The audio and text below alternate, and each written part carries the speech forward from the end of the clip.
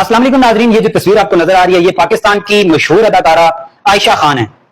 गुज़श्ता कल इनकी लाश इनके फ्लैट से बरामद हुई है। कराची के इलाका गुलशनाबाद के अंदर बताया जा रहा है कि एक हफ्ता कबल ये अपने फ्लैट के अंदर अकेली रह रही थी और वहां पे फौत हो गई थी।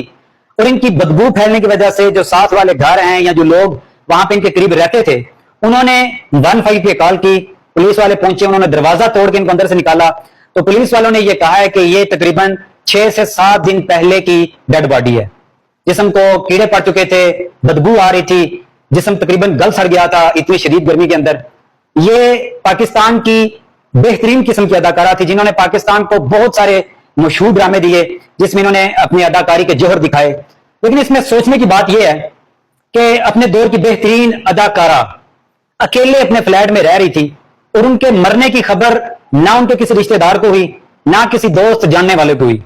एक हफ्ते तक अपने फ्लैट के अंदर मुर्दा हालत में पड़ी रही और मोहल्लेदारों ने बदबू आने की वजह से जब अदारों को कॉल की तो फिर पता चला कि ये इंतकाल कर गई हैं। पाकिस्तान के अंदर भी इस तरह का एक माहौल बन रहा है कि बहुत सारे लोग जो अपने दौर में बड़ा जिनका नाम होता है वो अपने आखिरी अय्याम में आके इस कदर अकेले रह जाते हैं कि उनका हाल पूछने वाला भी कोई नहीं होता। लेकिन ये इनकी जो मौत है इस हवाले से सोशल मीडिया पे शदीद अफसोस का इजहार किया जा रहा है कि 70, 80 और 90 की दहाई में पाकिस्तान के टीवी ड्रामों के अंदर बेहतरीन अदाकारी करके लोगों को अपना गर्विदा बनाने वाली खातून और ऐसी क्या वजह बनी कि वो 7 दिन तक मुर्दा हालत में अपने फ्लैट में पड़ी रही लेकिन किसी को खबर तक ना हुई।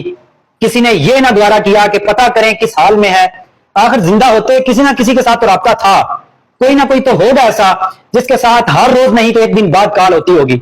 लेकिन ये काबिल अफसोस बात है कि पाकिस्तान जैसे मुल्क के अंदर भी जहां पे तकरीबन एक दूसरे के साथ ताल्लुकात कायम रहते हैं वहां पे भी अगर इस तरह की अमवात हो रही हैं तो ये हमारे लिए बहुत ज्यादा अफसोस का मुकाम है।